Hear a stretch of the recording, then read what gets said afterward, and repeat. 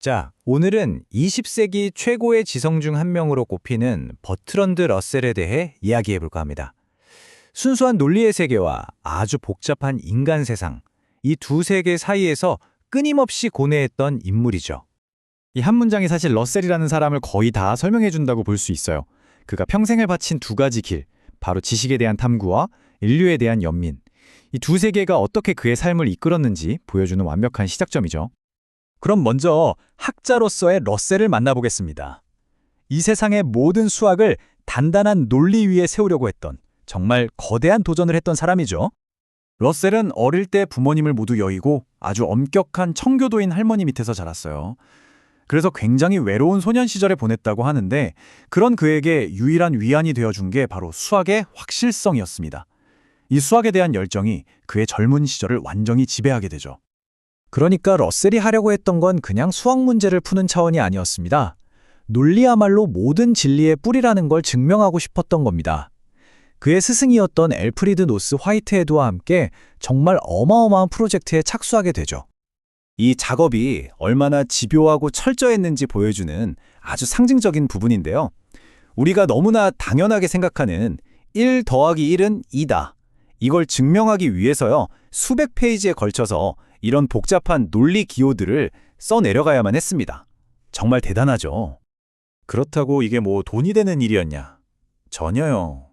오히려 10년 넘게 이 작업에 매달렸는데 출판 비용을 보태느라 마이너스 50파운드, 그러니까 손해를 봤습니다. 이건 정말 순수하게 지식을 향한 열정, 그 자체였던 거죠. 하지만 러셀이 이런 순수 논리의 세계, 이른바 상아탑에만 머물러 있었을까요? 그럴 수 없었습니다.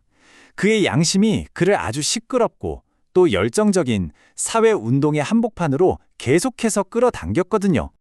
그의 삶을 보면 정말 치열하게 행동하는 지식인이었어요. 1차 세계대전에 반대하다가 6개월 동안 감옥에 가기도 했고요. 여성 참정권을 강력하게 지지했고 1920년에는 직접 레닌을 만나보고 나서 소비에트 정권의 잔혹함을 비판하기도 했습니다. 자기 신념을 위해서라면 권력과 맞서는 걸 전혀 두려워하지 않았던 거죠. 심지어는 자신의 교육 철학을 직접 실현해 보려고 학교를 세우기까지 했습니다. 하지만 역시 이론과 현실은 달랐던 거죠. 이상과 실제 사이의 조화를 이루는 게 생각보다 훨씬 어렵다는 걸 깨닫고 10년 만에 손을 떼게 됩니다. 이렇게 러셀의 학문 세계와 사회참여 활동이 계속 부딪히다가 1940년에 그에게 정말 큰 위기가 닥칩니다. 그런데 아이러니하게도 이 최악의 위기가 그의 인생 최고의 걸작을 탄생시키는 계기가 돼요. 그가 뉴욕의 한 대학 교수로 임명되자마자 그의 진보적인 생각들 때문에 난리가 난 겁니다.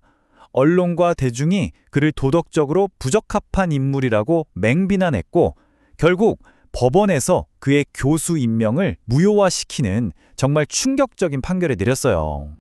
자, 바로 이 지점이 핵심입니다.